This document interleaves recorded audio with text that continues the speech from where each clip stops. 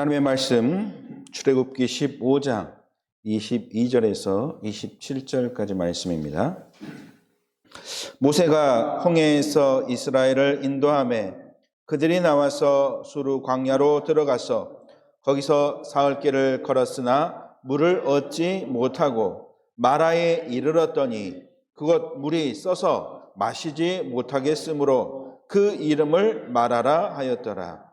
백성이 모세에게 원망하여 이르되 우리가 무엇을 마실까 하매 모세가 여호와께 부르짖었더니 여호와께서 그에게 한 나무를 가리키시니 그가 물에 던지니 물이 달게 되었더라. 거기서 여호와께서 그들을 위하여 법도와 율례를 정하시고 그들을 시험하실세 이르시되 너희가 너희 하나님 나 여호와의 말을 들어 순종하고 내가 보기에 의를 행하며 내 계명에 귀를 기울이며 내 모든 규례를 지키면 내가 애굽 사람에게 내린 모든 질병 중 하나도 너희에게 내리지 아니하리니 나는 너희를 치료하는 여호와임이라. 그들이 엘림에 이르니 거기에 물샘 12과 종려나무 70그루가 있는지라. 거기서 그들이 그 물 곁에 장막을 치니라. 아멘. 자, 믿음의 고백하겠습니다. 예수님은 나의 그리스도시요 살아계신 하나님의 아들이시니이다. 아멘. 이번 한 주도 믿음으로 승리하는 한 주 되셨기를 주님의 이름으로 축복합니다. 우리 모든 성도들에게 늘 하나님의 나라가 임해야 될 줄로 믿습니다. 오늘 참된 말씀을 회복하고 누리는 그런 증거 있는 예배가 되기를 바랍니다. 하나님은 누구에게 관심 가지시고 하나님은 누구를 축복하십니까? 믿는 자에게 하나님은 축복하시죠. 다른 말로 하면 오늘 제목처럼 증거를 잡은 자에게 하나님은 축복하십니다. 하나님은 분명한 증거를 붙잡은 자를 축복하시는데 그 증거가 무엇인가 오늘 그 증거가 무엇인가 깨닫게 되는 시간이 되어야 될 줄로 믿습니다. 지금 우리가 출애굽기의 말씀을 보고 있습니다. 오늘 출애굽기의 말씀을 통해서 하나님이 이스라엘 백성들에게 또 출애굽기의 말씀을 보는 우리에게 어떤 증거를 주셨는가 깨달아야 되겠죠. 그 증거가 무엇입니까? 첫 번째, 희생 제물을 드리는, 다시 말해서 희생 제사를 드려라 이것이죠. 이것이 우리에게 또한 이스라엘 백성들에게 하나님이 주신 증거인 줄로 믿습니다. 희생 제사를 드려라. 두 번째 무엇입니까? 희생 제사를 드려서 양의 피 바를 때 사단 곧 바로왕에게서 흑암나라 곧 애굽 나라에서 또한 노예 곧 종된 그러한 상황 속에서 해방된 것, 그것이 바로 이스라엘 백성에게 우리가 붙잡을 하나님이 주신 증거이죠.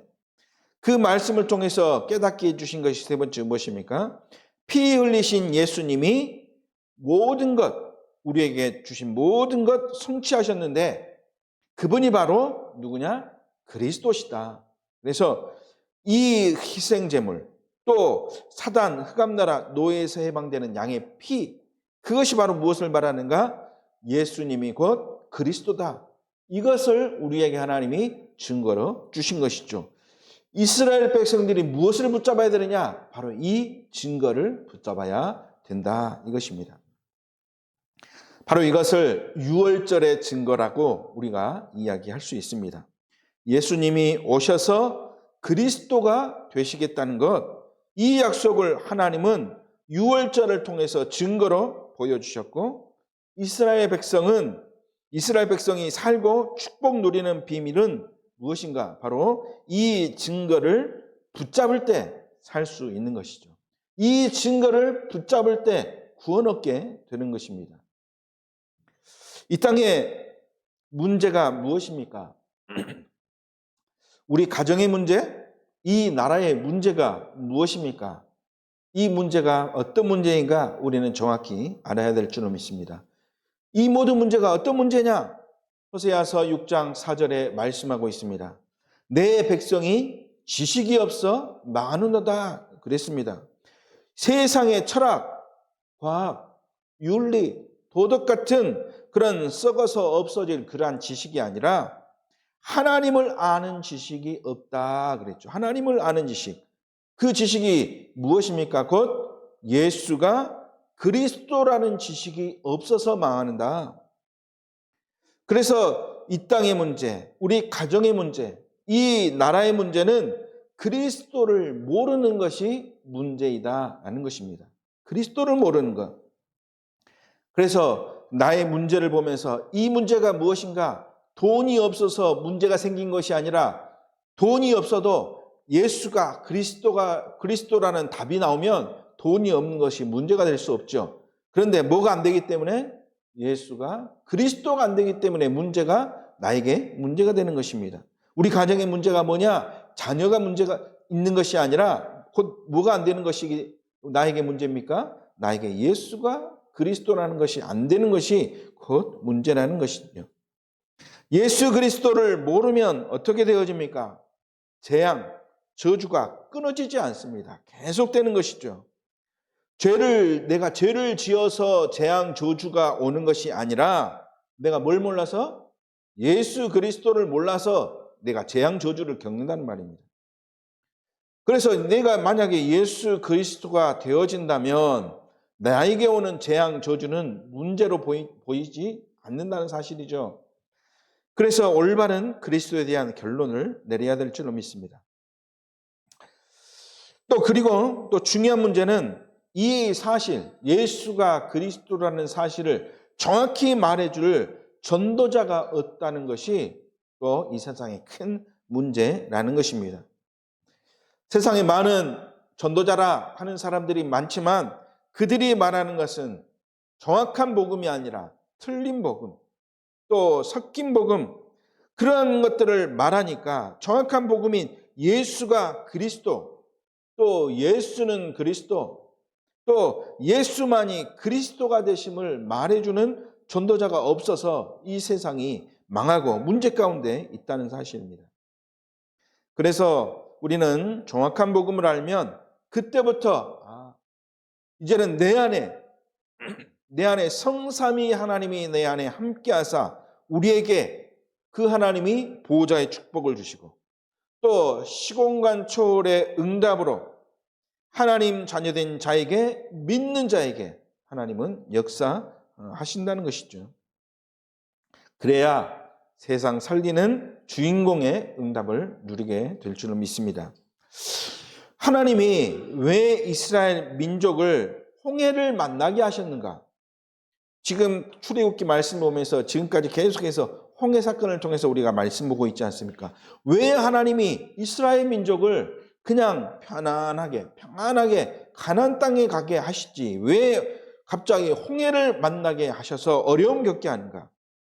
그 전에 왜 애굽에서 이스라엘 백성들은 굳이 왜 노예에 살아야 되는가? 노예로.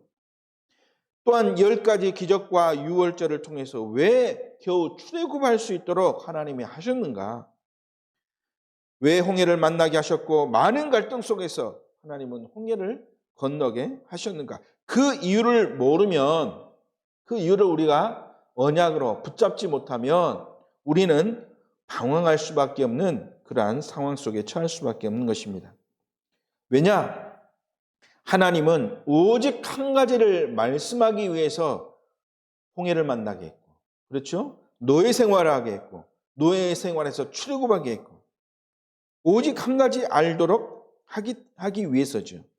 그래서 오직 한 가지를 알고 또 믿게 하기 위한 이것이 바로 무엇이냐? 하나님의 방법이요, 하나님이 우리에게 주신 하나님의 계획이라는 것입니다. 정확한 복음 대신 예수 그리스도가 아니면 출애굽하지 못한다. 절대로 홍해 건널 수 없다. 이것을 하나님이 우리에게 무엇으로 주신 것이냐? 바로 증거로 주신 것이라는 것입니다. 믿을 때 승리하게 되길 주님의 이름으로 축복합니다. 하나님이 무엇을 우리에게 증거를 주셨느냐? 여러 사건을 통해서 예수가 그리스도라는 증거를 우리가 붙잡을 수 있도록 하나님이 우리에게 증거를 보여주신 것이죠. 그래서 오늘 말씀 우리가 한번 읽어볼 때 그 중심으로 오늘 말씀을 보기를 바랍니다. 특별히 15장 1절부터 우리가 계속해서 끝까지 봐야 되는데 오늘 본문 말씀 22절에서 27절 그 하나님이 증거를 주신 이유가 무엇인가 오늘 우리에게 설명하고 있습니다. 자, 15장 1절부터 우리가 쭉 보면 지금 모세와 이스라엘 백성들이 지금 홍해를 건넜지 않습니까? 홍해를 건넌 뒤에 우리 민족을 또 우리 자녀들을 구원하신 하나님을 지금 뭐 하고 있는 것 같습니까? 오늘 1절부터 쭉 보십시오. 뭐 하고 있습니까? 하나님을 지금 찬양하고 하나님을 경배하고 있죠. 보십시오. 1절에 이때에 모세와 이스라엘 자손이 이 노래로 여호와께 노래하니 감사의 노래 아닙니까? 찬양의 노래죠. 내가 여호와를 찬송하리니 그는 높고 영화로우심이요 말과 그 탄자를 바다에 던지셨습니다. 하나님이 세계에서 강한 지금 무슨 군대를 애굽 군대를 홍해에서 단번에 꺾으셨음을 지금 찬양하고 있지 않습니까? 2절에 그 여호와가 나의 뭐다? 힘이다. 나의 노래시다. 그리고 나의 구원이시니 내가 하나님을 지금 찬송합니다. 하나님을 지금 경배하고 너무 기뻐서 왜? 홍해를 절대 건널 수 없는 그 홍해 같은 그 절망 속에 있었는데 내가 거기서 빠져나왔구나. 얼마나 기쁘고 감사가 넘치겠습니까? 그러면서 3절에 뭐라고 이야기합니까? 여호와는 그의 이름 곧 스스로 계시는 창조주 하나님이시다. 계속 지금 하나님을 찬양하고 있는 것이죠. 그 찬양이 어느 정도까지 찬양하느냐? 8절에 보십시오. 과장해서 이야기합니다. 뭐라고 이야기합니까? 주의 콧김에 그렇죠. 코 한번 했더니 지금 홍해가 갈라졌다. 자, 주의 콧김에 홍해가 갈라졌다고도 이렇게 이야기하면서 하나님을 그렇게 찬양하고 있습니다. 지금 계속해서 하나님을 찬양하고 있는데 어디까지 그래 지금 계속 찬양합니까? 18절까지 지금 그 하나님을 계속 찬양하고 있습니다. 하나님이 모세와 이스라엘 백성에게 하나님은 곧 누구시냐? 구원자시다. 그리고 지금도 너희와 함께 하시며 보호하시는 주로 역사하심을 지금 모세와 이스라엘 백성들에게 무엇으로 보여주셨습니까? 증거로 보여주셨어. 그런데 그 증거를 본 사람들이 지금 18절까지 지금 찬양하는 것입니다. 자, 그런데 이 감사와 찬양이 계속되면 좋겠지만, 자, 이 증거를 보기만 하고 이 증거를 언약으로 또 믿음으로 붙잡지를 못하니까 어떤 일들이 일어납니까? 창세기 3장 상태로 지금 다시 되돌아가 버린 것입니다. 감사와 찬양이 계속 자기 삶 속에 돼야 되는데 그 감사와 찬양의 유효기간이 어느 정도까지 짧냐 보니까 22절에 한번 보십시오. 뭐라고 말씀합니까? 모세가 홍해에서 이스라엘을 인도하며 그들이 나와서 수르 광야로 들어가서 거기서 사흘길을 걸었으나 물을 얻지 못하고 지금 찬양하면서 지금 광야를 다시 가고 있습니다. 가나안을 향해서 가고 있습니다. 그런데 3일 동안 지금 가고 있는데 물이 없어요. 물이 없으니까 그 즉시로 이스라엘 백성들이 뭐합니까? 그 즉시로 모세를 원망하고 그 많은 것 하나님을 원망한다. 보십시오. 22절에 물을 얻지 못하니까 24절에 보니까 백성이 모세에게 원망하여 이르되 우리가 무엇을 마실까? 지금 염려 가운데 근심 걱정 가운데 다시 이스라엘 백성들이 되돌아가 버린 것이죠. 아니 하나님이 인도하시고 축복 주셨는데 믿으면 되는데 문제 오니까 다시 어쨌습니까? 다시 원망하는 상태로 되돌아간다. 오늘날은 어떤 상태에 있는지 우리는 발견하고 확실한 결론을 내리는 그런 시간이 되어야 될 줄 믿습니다. 첫 번째, 이스라엘 백성처럼 증거를 보았지만 증거를 놓친 자입니다. 증거를 보았지만 증거를 놓친 자, 그들은 어떻게 됩니까? 이런 상태 속에 우리가 빠지지 않도록 말씀, 곧 증거를 굳게 붙잡으라라는 것입니다. 자, 첫 번째 보니까 이스라엘 백성들이 증거를 놓쳤다는 것은 무엇을 놓쳤다는 것인가? 저주 재앙에서 빠져나오는 길을 한마디로 놓쳤다는 것입니다. 저주 재앙 가운데서 빠져나온 유일한 하나님이 주신 방법, 그 비밀을 놓쳤다는 것이죠. 그래서 이스라엘 백성들은 모든 것이 광야길을 가는 동안 만나는 모든 것이 그들에게 무엇이 되었습니까? 문제거리요, 시험거리가 될 수밖에 없었죠. 왜냐?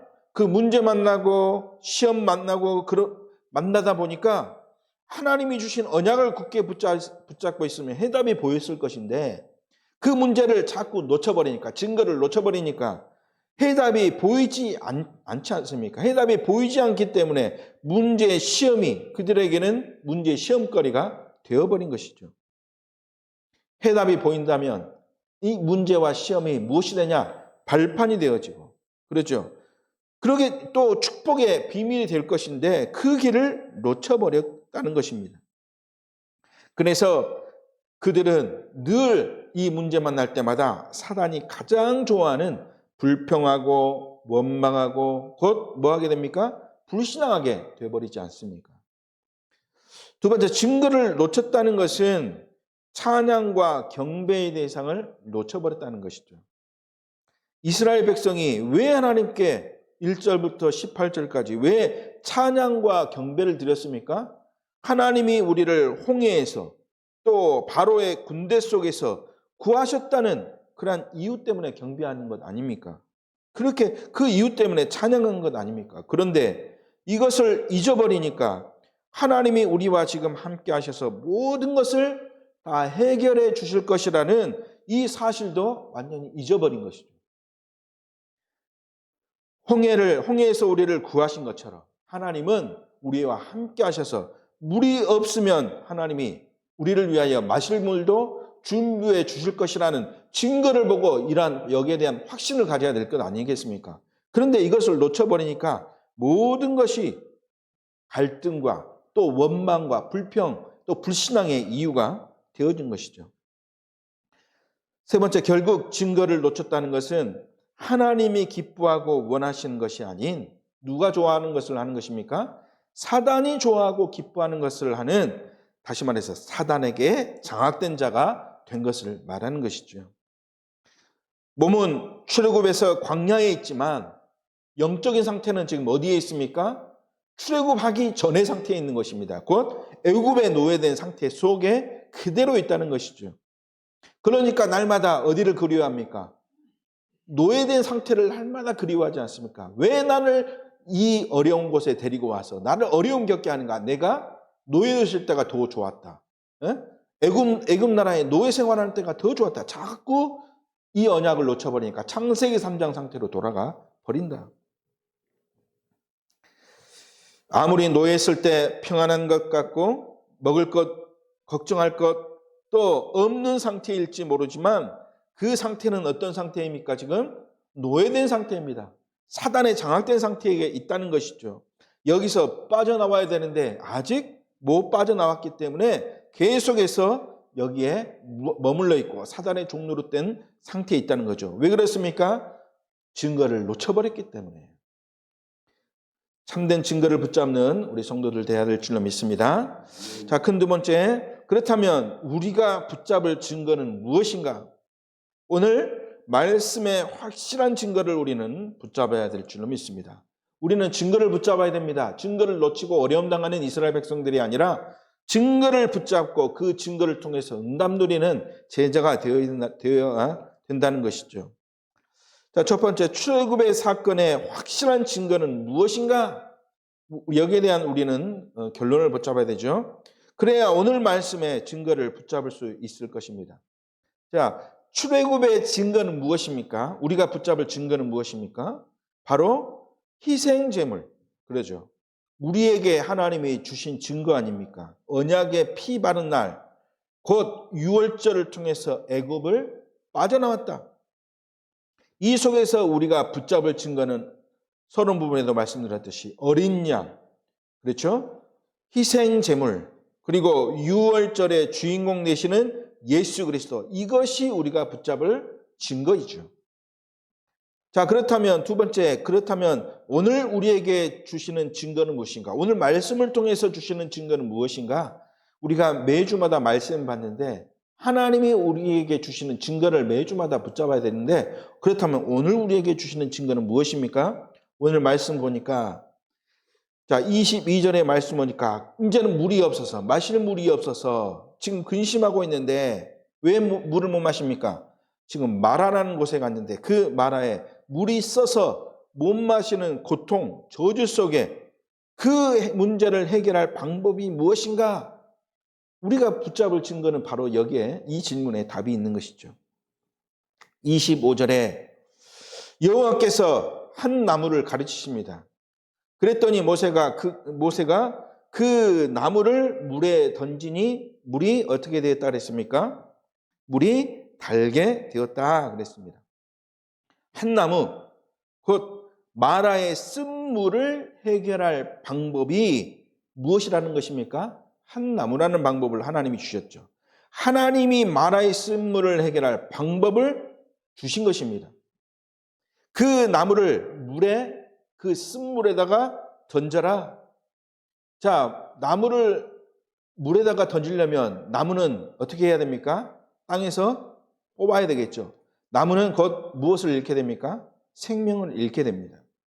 자, 그 생명을 잃은 나무, 그 물을 쓴물에다 던지니까 그 쓴물이 단물로 변했고 그 단물을 마시는 자는 곧 생명을 유지하게 되죠. 영적으로 보면 이 한 나무는 무엇을 말합니까? 예수 그리스도를 말하고 있습니다. 그 그리스도의 희생으로 말미암아 어떻게 된다? 단물, 무엇이 된 것입니까? 곧 구원받게 되는 희생제물로 말미암아 구원받게 된 상태를 말하는 것이죠. 그래서 마라의 쓴물이 단물이 되었다. 그 사건을 통해서 하나님이 우리에게 주시는 증거는 무엇입니까? 예수 그리스도 그 언약을 증거로 붙잡으라. 그래야 생명 없는 곳에서 생명 얻는 단물을 얻게 되는 그러한 축복 누리게 될 것이다. 그것을 우리가 영적으로 붙잡을 증거라는 것이죠. 그래서 세 번째, 예수 그리스도는 우리를 구원하시는 분이시요. 오늘 말씀에 중요 말씀을 주셨죠. 26절에 뭐라 그랬습니까? 26절에 너희를 치료하는 여호와임이라 그랬습니다. 예수 그리스도 곧 하나님은 우리를 치료하는 하나님이라는 증거를 붙잡아야 된다는 것입니다. 그래서 우리가 세워야 할 삶들은 어떤 곳을 삶들이라 그럽니까? 이방인들이, 아이들이, 병든 자들이 오면 예수 그리스도의 이름으로 그들을 뭐하는? 치료하는 삶들을 말하는 것이죠. 치유하는 것. 그리고 우리가 시작해야 될 금토일 시대는 무엇입니까? 영적으로 병들게 하는 흑암 문화를 치유하는 무슨 문화? 복음의 문화를 세우는 그것이 바로 금토일 시대죠. 치유하는 삶들, 치유하는 금토일 시대. 그래야 오늘 26절에 중반부에 보면 뭐라 그랬습니까? 애굽 사람에게 내린 모든 질병이 하나도 우리에게 내리지 아니하리니 그랬습니다. 애굽 사람에게는 재앙과 저주 속에 있을 수밖에 없지만 그 재앙과 저주가 우리와는 상관이 없게 된다. 그 말이죠. 예수 그리스도의 언약을 붙잡은 자에게는 하나님이 그렇게 하신다. 이 언약을 놓친 자는 사단 마귀에게 잡혀서 고통당하고 저주 속에 있을 수밖에 없는데 여기와는 상관없는 하나님이 우리와 함께 하셔서 보호하시는 축복을 누리는 나는 누구냐? 그 증거를 붙잡은 자이다. 증거를 가진 자이다. 이렇게 하나님은 역사하실 줄로 믿습니다. 참 복음을 붙잡을 때 참된 구원의 축복, 참된 그리스도의 언약을 붙잡을 때 참된 치유의 축복을 누리는 증거가 일어나게 될 줄로 믿습니다. 이 약속을 붙잡을 때 하나님은 분명히 역사하실 줄로 믿습니다. 그 세 번째, 그렇다면 이 증거를 가진 자를, 이 증거를 붙잡은 자를 우리는 뭐라고 합니까? 바로 증인이다. 이렇게 이야기하죠. 그래서 오늘 말씀의 제목, 증거를 붙잡은 우리는 누가 돼야 됩니까? 증인이 돼야 되는 것이죠. 예수가 그리스도라는 증거를 가진 자는 하나님이 증인으로 세우시고 쓰임받게 하신다라는 것입니다. 증인은 증인이 최고로 잘 쓰임 받을 때가 그래서 언제인가 바르게 깨달아야 되죠. 내가 증인이다. 하나님은 나를 증거 가진 증인으로 부르셨구나. 그러면 나는 언제 쓰임 받을 것인가? 증인으로서. 자, 증인은 언제 필요합니까? 이 세상에서 말하는, 우리가 흔히 말하는 증인들은 언제 필요합니까? 법정에서 억울한 사람이 억울함을 겪고 있을 때 내가 그 억울함을 풀어줄 수 있는 증인으로 재판날에 서는 것 아니겠습니까? 아무 때나 증인으로 쓰임받는 것이 아니라 재판날에 쓰임받는 것입니다. 그렇죠? 자, 그렇다면 이 증인된 나는 언제 필요하느냐? 어느 때 필요하느냐? 첫 번째, 가진 것을 보여주는 자가 될 때, 다시 말해서 증인은 가진 것이 있는데 그 가진 것을 언제? 보여줄 때 필요한 것이죠. 보여주는 자로 쓰임받을 때. 자, 사도행전 3장 6절에 가진 것을 보여준 자가 있습니다. 누굽니까? 베드로입니다. 자, 베드로가 성전 미문에 앉은 안진뱅이에게 이렇게 이야기하지 않습니까? 내가 금은보화는 없지만 내게 있는 것으로 내게 주노니 곧 나사렛 예수 그리스도 이름으로 일어나라 이렇게 말씀하고 있지 않습니까? 자, 베드로는 가지고 있는 것을 보여준 것입니다. 베드로는 무엇을 가지고 있었습니까? 예수가 그리스도라는 그 언약을 가지고 있었습니다. 그렇기 때문에 가장 필요한 때, 가장 필요한 자에게 이 가지고 있는 것을 보여주었습니다. 예수가 그리스도다. 이 말씀을 주었을 때 안진뱅이가 일어섰지 않습니까? 이 베드로가 누구였습니까? 언약 붙잡은 증인이었습니다. 증거를 붙잡은 증인이었습니다. 우리가 이 축복을 누려야 될 줄로 믿습니다. 현장에서 문제 가운데 있는 자들에게 내가 가지고 있는 예수 그리스도의 복음으로 참된 역사가 일어났음을 보여줄 수 있는 증인. 우리가 또 하나님이 원하시는 바로 증인의 모습이죠. 두 번째, 증인은 본 것을 말하는 자입니다. 본 것을 말하는 자. 보지 않는 것을 말하는 우리는 위증인이 아닌 것입니다. 거짓말을 하는 자가 아니라는 것이죠. 우리는 오직 본 것만 말하는 자. 그것을 증인이라고 하지 않습니까? 본 것을 말하는 자. 사도행전 26장 16절에 예수 믿는 자를 핍박하는 사울에게 예수님이 오셔서 사명을 주셨습니다. 어떤 사명을 주셨습니까? 내가 본 일과 장차 내가 내게 나타날 일에 너로 종과 증인으로 내가 삼으리 한다. 지금 예수님이 예수님을 핍박하는 사울에게 나타나셔서 내가 앞으로 나를 본 것에 대한 종으로, 증인으로 내가 쓰임받게 하려고 한다. 그래서 바울은 26장 22절에서 23절에 뭐라 그랬습니까? 바울은 그가 본 것, 곧 예수가 그리스도, 그것만 말하는 증인으로 쓰임받았다. 라고 하는 것을 말씀하고 있지 않습니까? 그래서 하나님은 우리를 이 시대에 무엇으로 부르셨는가? 하나님은 바울을 이 시대에 그 시대에 증인으로 부르신 것처럼 하나님은 내가 무엇을 보았습니까? 예수가 그리스도라는 것을 보았지 않습니까?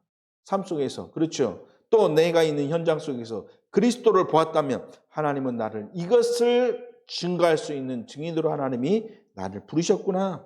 그래서 우리는 증인으로 부름받았기 때문에 무엇만 말하면 됩니까? 거짓말 조금도 보탤 필요 없이, 과장할 필요 없이 나에게 예수가 진짜 그리스도가 되셨다라고 하는 사실만 증언하면 되어질 줄로 믿습니다. 본 것을 말하는 증인이죠. 세 번째, 우리는 무엇을 말하는 자 되어야 됩니까? 되어질 것을 말하는 자로 쓰임받아야 될 줄로 믿습니다. 되어질 것을 말하는 자, 쉽게 말하면 있을 것, 되어질 것을 말하는 것이죠.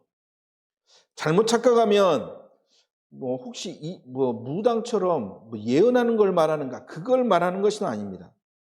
그런 단순하게 미래 뭐가 되어질 것이다. 그것을 말하는 것이 아니라 우리는 되어질 것, 이것은 무엇인가? 바르게 깨달아야 되겠죠. 사도행전 2장 17절에 이렇게 말씀하고 있습니다. 너의 자녀들은 예언할 것이요. 그렇죠? 젊은이들은 환상, 어떤 환상입니까? 성취될 환상을 볼 것이고, 늙은이는 뭘 꾸리라? 미래 되어질 꿈을 꾸리라 그랬습니다. 여기서 말하는 예언, 환상, 꿈, 이것은 무엇을 말합니까? 이것은 단순한 예언이 아니죠. 무엇을 말합니까? 하나님이 주신 비전. 그것은 무엇을 비전이라 그럽니까? 하나님이 되어질 것을 하나님이 비전으로 주신 것이죠. 그 비전은 무엇이냐? 되어질 것을 미리 보는 것입니다. 그것을 비전이라 그러죠. 그래서 하나님은 되어질 것, 곧 비전을 말하는 증인으로 하나님은 우리를 부르신다. 그리고 비전과 더불어 하나님이 우리에게 주신 것이 있습니다. 되어질 것. 그게 무엇입니까? 바로 미션입니다. 하나님이 이루실 것. 그것이요. 하나님이 되어질 것을 우리에게 말하셨는데 비전이 되어질 것이다. 하나님이 우리에게 미션을 주셨는데 그 미션을 하나님은 이루실 것이다. 비전은 되어지고 미션은 하나님이 이루실 언약으로 곧 되어질 것을 우리에게 보여주셨는데 자녀들은 예언하고 그것을 가지고 예언하고 젊은이는 그것으로 환상을 보고 늙은이는 그것으로 꿈을 꾸는 것. 그렇죠. 결국 이 말씀의 비밀이 무엇입니까? 곧 세계 복음화의 비전과 미션에 대한 증인이라는 것입니다. 세계 복음화라는 미션과 비전. 예수 그리스도를 통해서 이것을 반드시 하나님이 이루시겠다. 세계 복음화. 그것을 하나님은 우리에게 미션으로 주셨고 그것을 우리에게 비전으로 주신 줄 믿습니다. 우리는 증인의 축복을 누려야 될 줄 믿습니다. 어떤 증인? 가진 것을 보여주고 또 본 것을 말하고 성취될 미션과 비전을 말하는 그런 증인이 되어지는 것. 그것이 하나님이 가장 기뻐하시는 증거를 붙잡은 증인의 삶인 것이죠. 결론입니다. 그래서 이 증인의 언약을 붙잡고 우리가 완전 복음 또 완전 기도, 완전 전도 무슨 말입니까? 오직 그리스도 이 언약을 붙잡고 내가 이 복음을 누리고 이 복음 가지고 기도 속에 있는 완전 기도 그리고 오직 그리스도라는 비밀을 가지고 완전 전도 속에 있으면 어떤 일들이 일어나느냐? 오늘 그 일어나는 일들을 오늘 말씀을 통해서 확인해 볼 수 있죠. 27절의 일들이 일어난다. 증인이 언약 붙잡고 있으면 완전 복음, 완전 기도, 완전 전도 이 축복을 누리고 있으면 어떤 일들이 일어나냐? 27절 뭐라고 했습니까?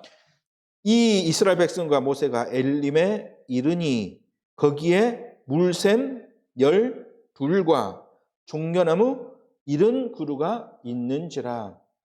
왜 이유 없이 괜히 이 말을 기록해 놨을까? 한번 생각해 보시면 분명히 저는 아닐 것이라고 생각합니다. 하나님은 분명히 우리에게 하나님의 뜻을 전달하기 위해서 오늘 말씀을 주신 것이라고 저는 생각되어집니다. 샘 12 무엇을 말합니까? 12지파 12사도.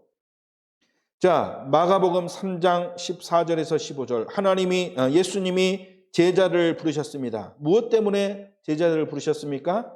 함께 있게 하시기 위해서. 또 보내사 무엇을 하기 위해서? 전도도 하며 또 무엇을 하기 위해서? 귀신을 내어 쫓는 권세를 우리에게 주기 위해서 제자를 부르셨다. 하나님은 이 언약 붙잡은 증거를 붙잡은 증인이 뭐가 되도록? 사도로 쓰임받도록 12지파를 통해서 하나님이 제자 또 지도자들을 세웠듯이 또 12사도를 세웠듯이 가서 하나님과 함께하면서 또 구원 얻을 복음을 증거하면서 흑암의 모세를 꺾을 전도자로 쓰임받도록. 자, 종려나무 70그루 그랬습니다. 우연히 70그루일까? 아니라고 저는 생각이 됩니다. 그러면 왜 70그루라고 했을까? 자, 종려나무, 자, 이 샘 옆에 있는 종려나무는 샘으로부터 끊임없이 뭘 공급받아야 됩니까? 물을 공급받아야 되죠. 곧 무슨 말씀입니까? 사도로부터 계속 말씀을 공급받는 자, 말씀을 전달받는 자라는 뜻이죠. 사도로부터 말씀으로 훈련받은 누구를 말합니까? 제자, 중직자, 성도들. 그렇죠. 그들은 지금 보십시오. 누가복음 10장 1절에서 1절, 또 누가복음 10장 17절에 보면 이 사도로부터, 또 예수 그리스도와 함께 사도로부터 훈련받은 전도 제자들이 현장에 나아갔더니, 복음 증거했더니, 믿음 회복했더니, 귀신이 떠나갑니다. 실제로 이것을 전달받고 훈련받은 자들의 말씀이 이렇게 기록되어 있지 않습니까? 증거로 우리에게 말씀을 주고 있는 것이죠. 마가복음 13장 14절에서 15절 말씀이 실현된 축복을 누렸던 그러한 증인의 말씀이 기록된 것이죠. 그래서 12지파, 또 70인 제자, 하나님은 우리에게 주신 언약이라고 저는 믿습니다. 무엇을 붙잡은 자에게? 증거를 붙잡은 증인들에게 주시는 언약의 말씀인 것이죠. 오늘 예수 그리스도의 증거를 붙잡은 증인은 어디에서 증거를 말하는가?